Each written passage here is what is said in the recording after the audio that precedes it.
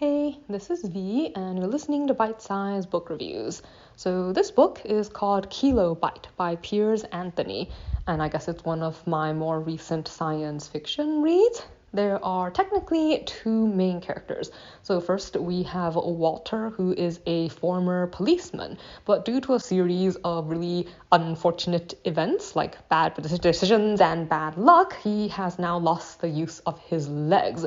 So, he's paraplegic, and this has made some really drastic changes in his life that he's still trying to adjust to.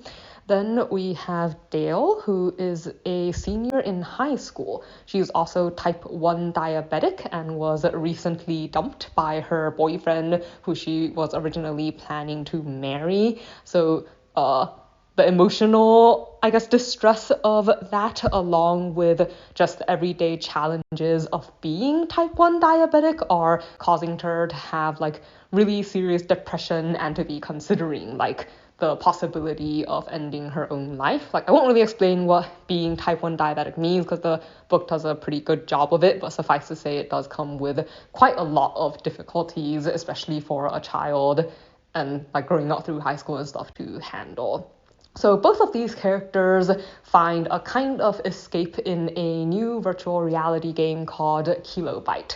So supposedly this is really high-end technology because it lets people put their entire selves in the game. It has the kind of technology where you can experience everything, but what it's most famous for is the ability to experience what it might be like to die.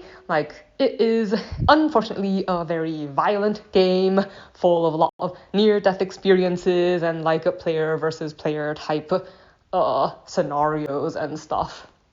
So in the course of experimenting with these games, they encounter one another and become involved in each other's stories, get to know each other, and end up facing off against a hacker who actually traps, well, technically them both eventually, but he starts by trapping Walter in the game.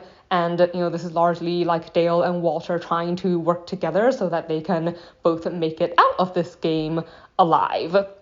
And along the way, they kind of develop a really close relationship. They kind of learn through each other and the game how to see themselves as full human beings again, people who are able to participate in society, even despite the various disabilities that they have to live with, and the ways that people in their lives have often seen or interacted with them so far. There's something freeing about the virtual reality, but it also helps them come to terms, with their real life and to rebuild what their lives look like outside of the game. So something I liked,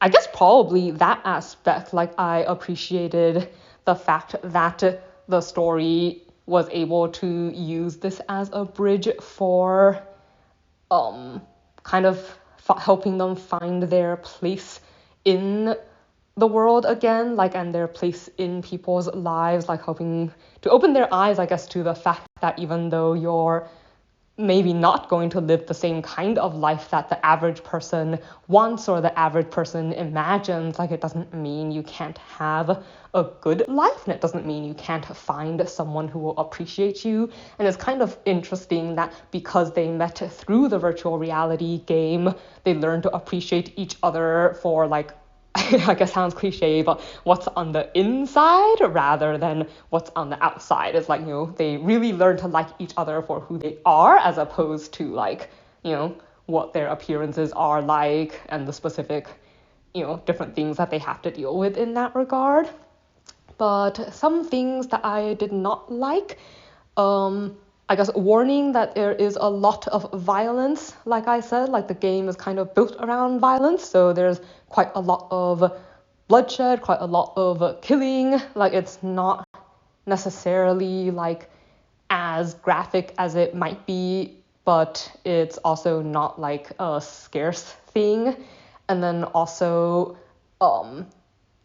I think there's just something about the way the story writes about like men and women that I don't particularly like. Like it feels a little bit stereotypical in the way it envisions the average like behavior of guys versus girls that I don't especially, I guess it doesn't really match up with how I see people in a way, and I find it a little bit stereotypical in that regard.